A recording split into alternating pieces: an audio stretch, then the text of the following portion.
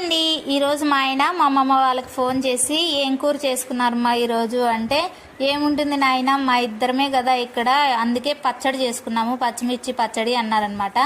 ఇంకా మాట వినగానే మా ఆయనకి క్రేవింగ్స్ మొదలైపోయాయి, ప్రెగ్నెన్సీ క్రేవింగ్స్ వచ్చినట్టు వచ్చేసాయన్నమాట. పచ్చడి తినాలనిపిస్తుంది, అర్జెంటుగా పచ్చడి చేయన్నారనమాట. లేదు ఈరోజు చికెన్ వండానంటే, కాదు నాకు పచ్చడే తినాలనిపిస్తుంది అని చెప్పారనమాట. హస్బెండ్ ఆర్డర్ వేసిన తర్వాత కాదనేది ఏముందని చెప్పేసి స్టవ్ పైన బాండి పెట్టి అందులోకి 1 టీ స్పూన్ ఆయిల్ వేసి పచ్చిమిర్చిని వేయించుకొని పక్కన పెట్టుకున్న తర్వాత అందులోనే టొమాటో ముక్కలు కూడా వేసి మగ్గించి అందులో కొంచెం చింతపండు కూడా వేసి మగ్గించాలి.